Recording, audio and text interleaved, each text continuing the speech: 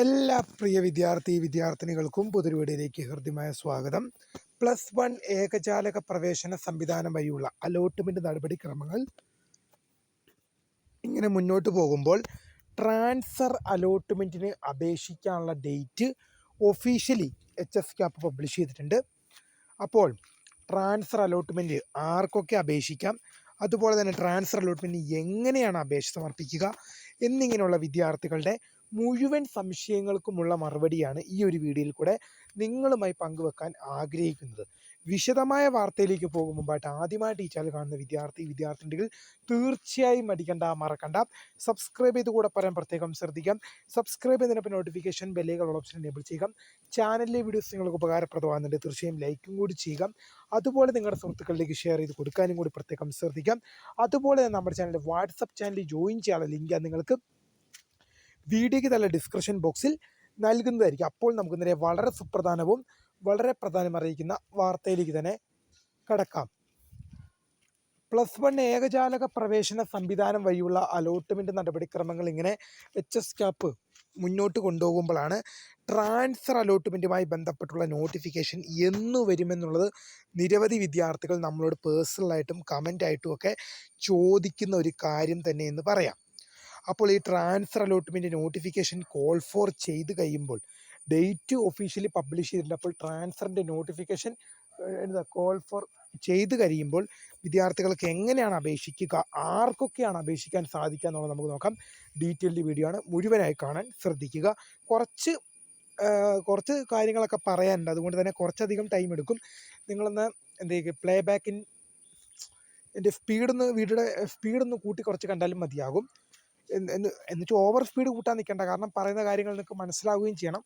അപ്പോൾ നിങ്ങൾക്കാകുന്ന കംഫർട്ട് സ്പീഡിൽ നിങ്ങൾ കാണുക വീഡിയോ ഇട്ട്. ഓക്കെ, അപ്പോൾ ട്രാൻസ്ഫർ അലോട്ട്മെന്റിനുള്ള ഡേറ്റ് വന്നിട്ടുള്ളത് ജൂലൈ 19 മുതൽ 21 വരെയാണ് ട്രാൻസ്ഫർ അലോട്ട്മെന്റിനായി അപേക്ഷിക്കാൻ സാധിക്കുക. ജൂലൈ 19 മുതൽ ജൂലൈ 21 ജൂലൈ 19 മുതൽ ജൂലൈ 21 വരെയാണ് +1 ട്രാൻസ്ഫർ അലോട്ട്മെന്റിന് വേണ്ടി അപേക്ഷ സമർപ്പിക്കാനുള്ള ഡേറ്റ് HSCAP ഡിക്ലെയർ ചെയ്ത് തന്നിരിക്കുന്നത്. അപ്പോൾ ഒരുപാട് വിദ്യാർത്ഥികൾ, കേരളത്തിൽ തന്നെ ആയിരക്കണക്കിന് പതിനായിരക്കണക്കിന് വിദ്യാർത്ഥികൾ തന്നെ പറയാം ട്രാൻസ്ഫർ അലോട്ട്മെന്റിന് വേണ്ടി കാത്തിരിക്കുകയാണ്. കാരണം ഈ വിദ്യാർത്ഥികൾക്ക് ഉണ്ടായിട്ടുള്ള ഏറ്റവും വലിയ ബുദ്ധിമുട്ട് തേർഡ് അലോട്ട്മെന്റോട് കൂടി തങ്ങൾക്ക് ലഭിച്ച സീറ്റ് ഇഷ്ടമുള്ളതാണെങ്കിലും ഇഷ്ടമില്ലാത്തതാണെങ്കിലും ഇത് കൺഫേം ചെയ്യണമെന്നുള്ള ഒരു നിബന്ധന ഉണ്ട്. അതായത് തേർഡ് അലോട്ട്മെന്റോട് കൂടി എന്ത് ചെയ്യണം, നിങ്ങൾക്ക് ലഭിക്കുന്ന സീറ്റ് ഇഷ്ടമുള്ളതാണെങ്കിലും ഇഷ്ടമില്ലാത്തതാണെങ്കിലും നിർബന്ധമായും നിങ്ങൾ ഫീസ് അടച്ച് സ്ഥിരപ്രവേശനം നേടണമെന്നൊരു ഉത്തരവുണ്ട്. തേർഡ് അലോട്ട്മെന്റോട് കൂടി നിങ്ങൾക്ക് ഇഷ്ടപ്പെട്ട സ്കൂളാണെങ്കിലും ശരി, ഇഷ്ടപ്പെട്ട കോഴ്സാണെങ്കിലും ശരി, ഇഷ്ടപ്പെടാത്ത സ്കൂളാണെങ്കിലും ശരി, ഇഷ്ടപ്പെടാത്ത കോഴ്സാണെങ്കിലും ശരി, നിങ്ങൾ ഫീസ് അടച്ച് സ്ഥിരപ്രവേശനം നേടണം. അല്ലാത്ത പക്ഷം എന്ത് പറ്റും, നിങ്ങൾക്ക് ലഭിച്ച സീറ്റ് നഷ്ടമാകുമെന്നുള്ളത് മാത്രമല്ല, തുടർന്നുള്ള അലോട്ട്മെന്റുകളിൽ നിങ്ങൾക്ക് പരിഗണിക്കുകയുമില്ല. അലോട്ട്മെന്റിൽ നിന്ന് ഔട്ടാവുകയും ചെയ്യും. ഏറ്റവും വലിയ വിപത്ത് എന്ന് പറഞ്ഞാൽ അലോട്ട്മെന്റിൽ നിന്ന് ഔട്ടായി പോവുകയാണ് ചെയ്യുന്നത്.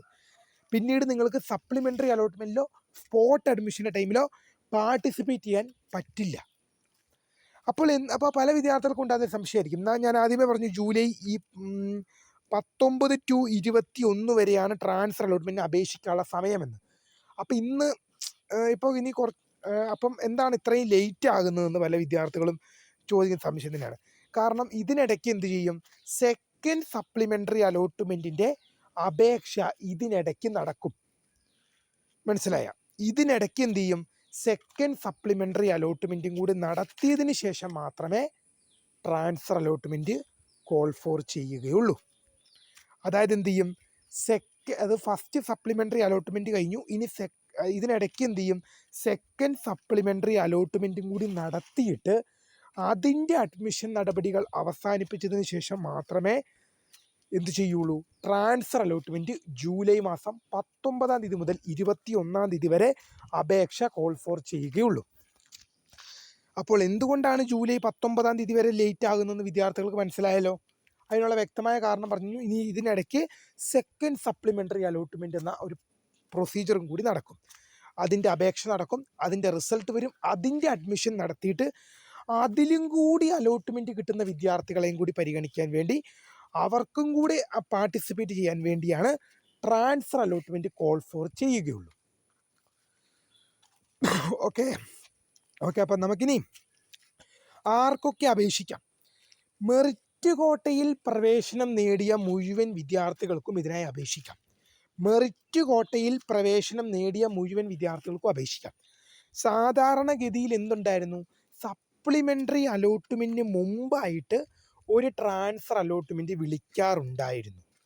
അതിൽ ഫസ്റ്റ് ഓപ്ഷൻ അലോട്ട്മെൻറ്റായി ലഭിച്ച കുട്ടികൾക്ക് പങ്കെടുക്കാൻ പറ്റുകയില്ല. സാധാരണഗതിയിൽ എന്തുണ്ടായിരുന്നു?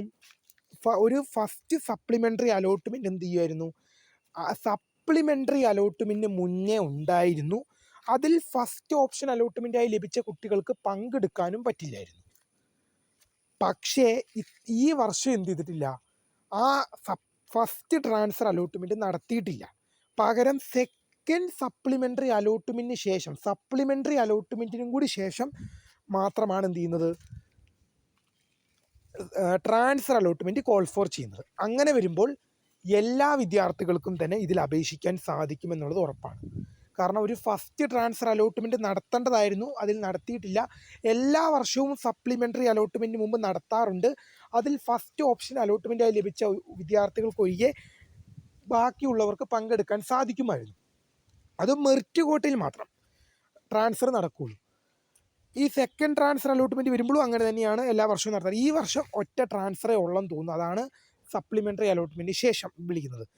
അപ്പോൾ ഞാൻ ആദ്യമേ പറഞ്ഞു, മെറിറ്റ് കോട്ടയിൽ പ്രവേശനം നേടിയ മുഴുവൻ വിദ്യാർത്ഥികൾക്കും ഇതിനെ അപേക്ഷിക്കാം. അപ്പം ഒരുപാട് വിദ്യാർത്ഥികളുടെ സംശയമാണ് മാനേജ്മെൻറ്റ് കോട്ട, അൺഎയ്ഡഡ് കോട്ട, sports quota, community quota, PWBD കോട്ട എന്നീ കോട്ടകളിൽ പ്രവേശനം നേടിയവർക്കൊന്നും ഈ ട്രാൻസ്ഫറിന് അപേക്ഷിക്കാൻ യോഗ്യതയില്ല. വ്യക്തമായല്ലോ? ക്ലിയർ ആയല്ലോ? അതായത് മെറിറ്റ് കോട്ടയിൽ പ്രവേശനം നേടിയ വിദ്യാർത്ഥി അല്ലെങ്കിൽ വിദ്യാർത്ഥിനിക്ക് മാത്രമേ എന്ത് പറ്റുകയുള്ളൂ? ട്രാൻസ്ഫറിന് അപേക്ഷിക്കാൻ പറ്റുകയുള്ളൂ.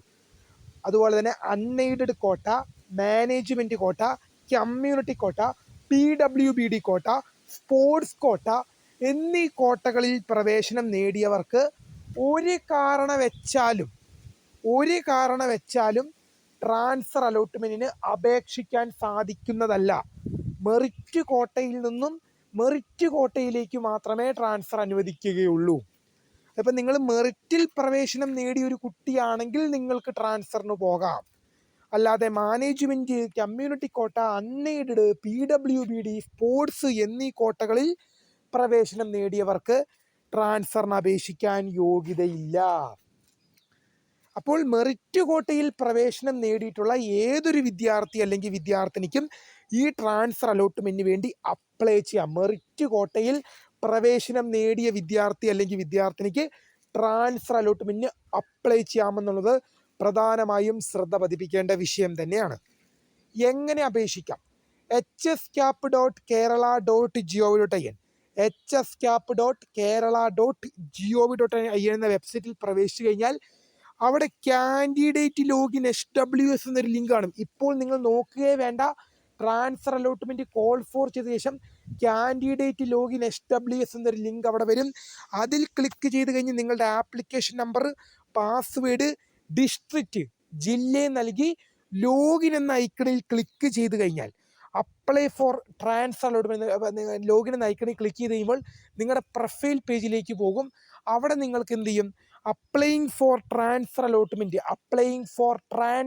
അലോട്ട്മെൻറ്റ് എന്ന് പറഞ്ഞൊരു ലിങ്ക് നിങ്ങൾക്ക് പുതുതായിട്ട് അവിടെ വന്നിട്ടുണ്ടാവും. ഇപ്പോൾ നിങ്ങൾ കയറി നോക്കിയാൽ ഒന്നും കാണുകയില്ല. ആ ട്രാൻസ്ഫർ അലോട്ട്മെൻറ്റ് കോൾ ഫോർ ചെയ്ത് കഴിയുമ്പോൾ നമ്മളത് അറിയിക്കും. അന്നേരം നിങ്ങൾ കയറി നോക്കിയാൽ നിങ്ങൾക്ക് ഇതിൻ്റെ ലിങ്ക് മറ്റു കാര്യങ്ങളും ലഭിക്കുന്നതായിരിക്കും എന്നുള്ളത് ശ്രദ്ധിക്കേണ്ട വിഷയം തന്നെയാണ്. അപ്പോൾ അപ്ലൈ ഫോർ ട്രാൻസ്ഫർ അലോട്ട്മെൻറ്റ് എന്ന ലിങ്കിൽ ക്ലിക്ക് ചെയ്തുകൊണ്ട് നിങ്ങൾക്ക് വേണ്ട സ്കൂളുകളും വേണ്ട കോഴ്സുകളും ആഡ് ചെയ്യാം. നിങ്ങൾ ഈ അപേക്ഷ സമർപ്പിച്ച സമയത്ത് സ്കൂളുകളും കോഴ്സുകളും ആഡ് ചെയ്തല്ലോ, അതേപോലെ തന്നെ നിങ്ങൾക്ക് ട്രാൻസ്ഫറിന് ആഗ്രഹിക്കുന്ന സ്കൂളുകളും കോഴ്സുകളും എന്ത് ചെയ്യാം? ട്രാൻസ്ഫർ അലോട്ട്മെൻറ്റിന് വേണ്ടി ആഗ്രഹിക്കുന്ന സ്കൂളുകളും കോഴ്സുകളും മുൻഗണനാക്രമത്തിൽ നൽകാം. എന്തുകൊണ്ടാണ് മുൻഗണനാക്രമത്തിൽ നൽകാമെന്ന് പറഞ്ഞതിന് കാര്യം? അതായത് ഈ ട്രാൻസ്ഫർ അലോട്ട്മെൻറ്റിൽ ഒരു പ്രത്യേകതയുണ്ട്. ട്രാൻസ്ഫർ അലോട്ട്മെൻറ്റിൽ നിങ്ങൾക്കൊരു ഓപ്ഷൻ ലഭിച്ചു കഴിഞ്ഞാൽ നിങ്ങൾ നിർബന്ധമായിട്ടും അങ്ങോട്ട് പൊക്കോണം. ട്രാൻസ്ഫർ അലോട്ട്മെൻറ്റിൽ നിങ്ങൾക്ക് ഇഷ്ടമുള്ള സ്കൂളാണെങ്കിലും ശരി, ഇഷ്ടമില്ലാത്ത സ്കൂളാണെങ്കിലും ശരി, ഇഷ്ടമുള്ള കോഴ്സാണെങ്കിലും ശരി, ഇഷ്ടമില്ലാത്ത കോഴ്സാണെങ്കിലും ശരി, ട്രാൻസ്ഫർ അലോട്ട്മെൻറ്റിൽ നിങ്ങൾക്ക് അലോട്ട്മെൻറ്റ് ലഭിച്ചു കഴിഞ്ഞാൽ നിങ്ങൾ പുതിയ ലഭിക്കുന്ന ഓപ്ഷനിലേക്ക് നിർബന്ധമായിട്ടും മാറണം എന്നുള്ളത് ഉറപ്പാണ്. അതായത് ഇപ്പോൾ നിങ്ങൾക്കൊരു സ്കൂളിൽ നിങ്ങൾ പഠിക്കുകയാണ്, നിങ്ങൾ ട്രാൻസ്ഫർ അലോട്ട്മെൻറ്റ് കൊടുത്തു, ട്രാൻസ്ഫർ അലോട്ട്മെൻറ്റ് നിങ്ങൾക്ക് കിട്ടി. ട്രാൻസ്ഫർ അലോട്ട്മെൻറ്റ് കിട്ടിക്കഴിയുമ്പോഴാണ് നിങ്ങൾക്ക് തോന്നുന്നത്, അയ്യോ എനിക്ക് ട്രാൻസ്ഫർ കിട്ടിയ സ്കൂളും കോഴ്സും വേണ്ട, അല്ലെങ്കിൽ ട്രാൻസ്ഫർ കിട്ടിയ സ്കൂൾ വേണ്ട, അല്ലെങ്കിൽ ട്രാൻസ്ഫർ കിട്ടിയ കോഴ്സ് വേണ്ട, ഞാൻ ഇപ്പോൾ പഠിക്കുന്നിടത്ത് തന്നെ കണ്ടിന്യൂ ചെയ്യാം എന്നുണ്ടെങ്കിൽ ആ പരിപാടി എന്ത് ചെയ്യൂല, നടക്കൂല. ട്രാൻസ്ഫർ കിട്ടിക്കഴിഞ്ഞാൽ നിർബന്ധമായിട്ടും എന്ത് ചെയ്യണം, പുതിയ സ്കൂളിലേക്കോ പുതിയ കോഴ്സിലേക്കോ മാറിയിരിക്കണം എന്നുള്ളത് നിർബന്ധമാണ്. അതാണ് ഞാൻ പറഞ്ഞത്, ഓപ്ഷൻ കൊടുക്കുമ്പോൾ മുൻഗണനാക്രമത്തിൽ കൊടുക്കണം. നിങ്ങൾക്ക് പോകാൻ ആഗ്രഹമുള്ള സ്കൂളും ട്രാൻസ്ഫർ അലോട്ട്മെൻറ്റ് കൊടുക്കുമ്പോൾ ശ്രദ്ധിക്കേണ്ട കാര്യമാണ്, വിദ്യാർത്ഥികൾ ശ്രദ്ധിക്കേണ്ട കാര്യമാണ്. പോകാൻ ആഗ്രഹമുള്ള, ഞാൻ 2 വർഷം +1ഉം +2ഉം ഞാൻ പോകും, ഞാൻ പഠിക്കും എന്നുറപ്പുള്ള സ്കൂളും, എന്നെക്കൊണ്ട് പോകാൻ പറ്റുന്ന സ്കൂളും, എന്നെക്കൊണ്ട് പഠിക്കാൻ പറ്റുന്ന കോഴ്സും മാത്രമേ നൽകാൻ പാടുള്ളൂ. കാരണം ട്രാൻസ്ഫർ കിട്ടിക്കഴിഞ്ഞാൽ പിന്നീടൊരു മടങ്ങി വരവ് നിങ്ങൾക്കില്ല, പിന്നീടൊരു ക്യാൻസലേഷൻ നിങ്ങൾക്കില്ല, ഒന്നുമില്ല. ട്രാൻസ്ഫർ കിട്ടിക്കഴിഞ്ഞാൽ ആ കിട്ടുന്ന സ്കൂളാണ്, അല്ലെങ്കിൽ ആ കിട്ടുന്ന കോഴ്സാണ് നിങ്ങളുടെ പെർമനൻറ്റ് സ്കൂള്. നിങ്ങൾ 2 വർഷം പഠിക്കേണ്ട സ്കൂൾ അതാണ്, +1ഉം +2ഉം കാലയളവ് പഠിക്കേണ്ട സ്കൂൾ അതാണ്. പിന്നീട് നിങ്ങൾക്കൊരു ഓപ്ഷൻ ഇല്ല, പിന്നീട് നിങ്ങൾക്കൊരു മാറ്റമില്ല എന്നുള്ളത് ശ്രദ്ധിക്കേണ്ട വിഷയം തന്നെയാണ്. ഇനി അതേസമയം ട്രാൻസ്ഫർ അലോട്ട്മെൻറ്റിന് അപേക്ഷ കൊടുത്തു, ട്രാൻസ്ഫർ അലോട്ട്മെൻറ്റ് കിട്ടിയില്ലെങ്കിൽ പേടിക്കേണ്ട ആവശ്യമൊന്നുമില്ല, നിങ്ങൾക്ക് ഇപ്പോൾ ഉള്ളിടത്ത് പഠിക്കാം. ഇപ്പോൾ പല വിദ്യാർത്ഥികൾക്കുണ്ടായ സംശയം, നമ്മൾ ട്രാൻസ്ഫർ അലോട്ട്മെൻറ്റ് കൊടുത്തു, അഥവാ ട്രാൻസ്ഫർ കിട്ടിയില്ലെങ്കിൽ പിന്നെ ഇവിടെ തന്നെ പഠിക്കാൻ പറ്റുമോ? ട്രാൻസ്ഫർ കിട്ടിയില്ലെങ്കിൽ എന്ത് ചെയ്യാം? ഇപ്പോൾ നിങ്ങൾ ഒരു സ്കൂളിലും ഒരു കോഴ്സിലും പഠിക്കുന്നുണ്ടാകും, അല്ലെങ്കിൽ സപ്ലിമെൻ്ററി അലോട്ട്മെൻറ്റിൽ വരുന്ന ഒരു കുട്ടിയായിരിക്കും. അപ്പോൾ നിങ്ങൾക്ക് ട്രാൻസ്ഫർ അലോട്ട്മെൻറ്റ് കൊടുത്തിട്ട് നിങ്ങൾക്ക് ട്രാൻസ്ഫർ കിട്ടിയില്ലെങ്കിൽ നിങ്ങൾക്ക് നിലവിൽ എവിടെയാണോ പഠിക്കുന്നത് അവിടെ പഠനം തുടങ്ങാം. പക്ഷേ ട്രാൻസ്ഫർ കിട്ടാത്തവർക്ക് മാത്രമാണ് നിലവിൽ പഠിക്കുന്നിടത്ത് പഠനം തുടരാൻ സാധിക്കുകയുള്ളൂ. ട്രാൻസ്ഫർ കിട്ടിക്കഴിഞ്ഞാൽ നിർബന്ധമായിട്ടും മാറിപ്പൊക്കോണം. നിങ്ങളിപ്പോൾ എ എന്ന സ്കൂളിൽ ഉദാഹരണം എടുക്കാം. നിങ്ങൾ എ എന്ന സ്കൂളിൽ സയൻസ് പഠിക്കുന്നു. നിങ്ങൾ ട്രാൻസ്ഫർ വന്നപ്പോൾ ബി എന്ന സ്കൂളിൽ ഹ്യൂമാനിറ്റീസ് കൊടുത്തു. ട്രാൻസ്ഫറിൽ എന്ത് ചെയ്തു? ബി എന്ന സ്കൂള് ഹ്യൂമാനിറ്റീസ് നിങ്ങൾക്ക് കിട്ടി.